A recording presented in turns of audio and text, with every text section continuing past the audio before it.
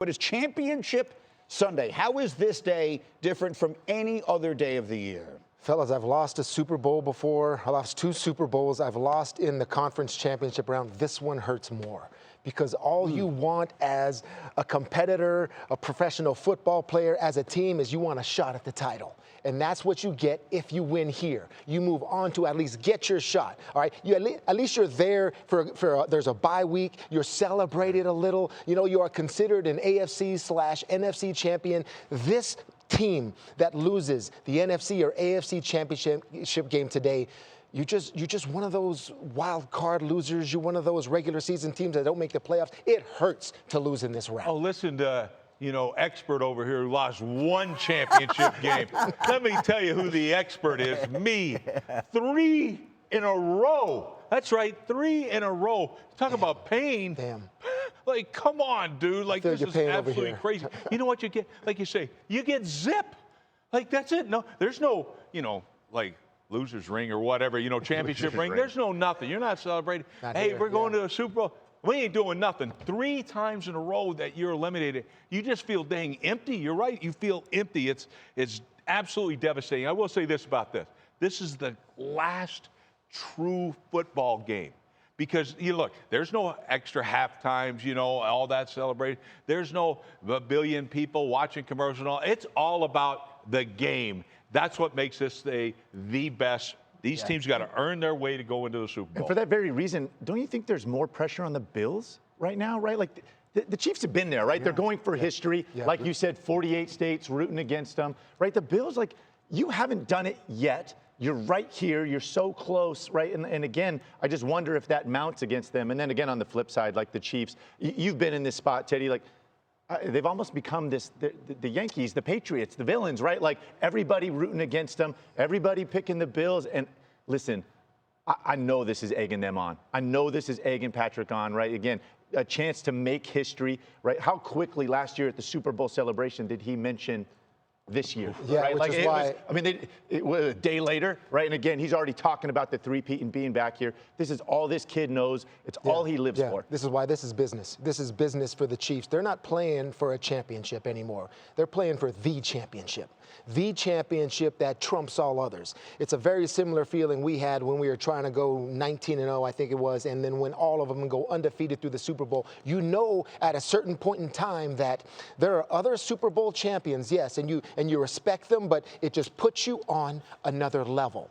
And that's what the Chiefs are trying to do. To win 3 in a row, I mean, I'm saying this and these words are coming out my mouth. I mean, to win 3 championships in a row and to be so close, it puts them almost as the team, the organization, the ones that were able to do something that no one was able to do before. They're doing it in an era where there's a salary cap, where it's designed to not have a team do the types of things that the Chiefs have done. When the Packers did it, there were 16 teams in the league, not 32. They had to win 7 playoff games over 3 years to win 3 consecutive NFL titles. The Chiefs are doing things that nobody else has ever done. So when you're looking at it like this and you're saying, here's what's on the line for the Kansas City Chiefs today, the first team in NFL history to three-peat, that is 100% true. They've morphed into the modern-day version of your franchise and what the Patriots were always finding a way to win.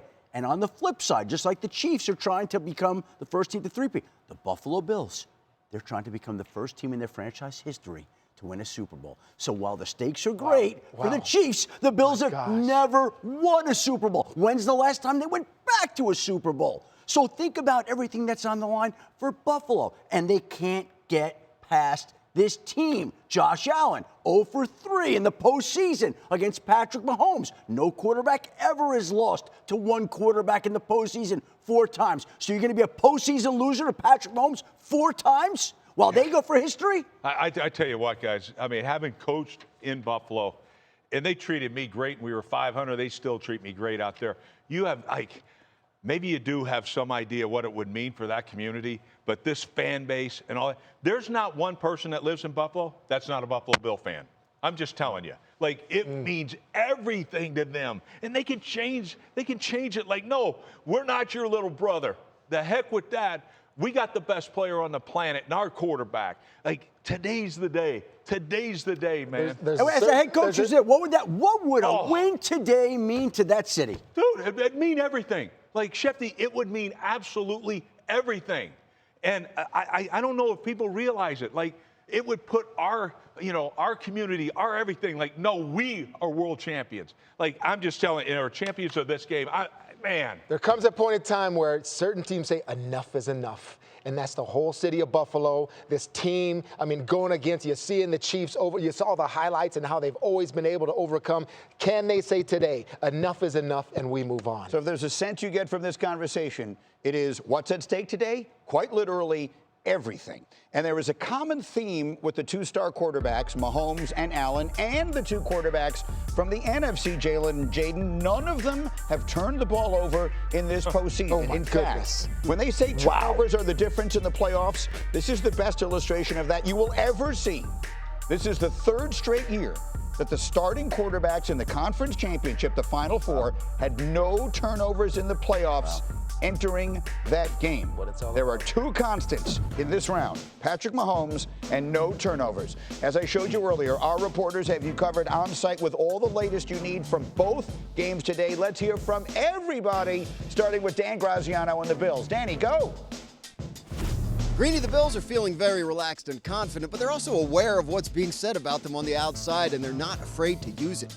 Defensive lineman Daquan Jones said they didn't like last week's narrative that Baltimore had pushed them around physically in the regular season, and they worked to make sure they proved that wrong. This week, he said the narrative is, yeah, we can beat the Chiefs in the regular season, but they always get us in the playoffs. He said that's what we're using this week to try and prove everybody wrong. Now here's Jeff Darlington, 10 yards to my left. Thanks, Graz. Listen, I was in the locker room last week after that Texans win with Travis Kelce, and he said about the postseason, it's not like I just flip some switch and suddenly play better, but it does certainly feel like that. He had 117 yards last week, his best game of the season to date. Patrick Mahomes also noting that every time the moment gets bigger, Kelce just plays better. He is healthier, by the way. Had 2 weeks off before that Texans game and did note he feels a little bit lighter, and certainly that can attribute to getting open more often.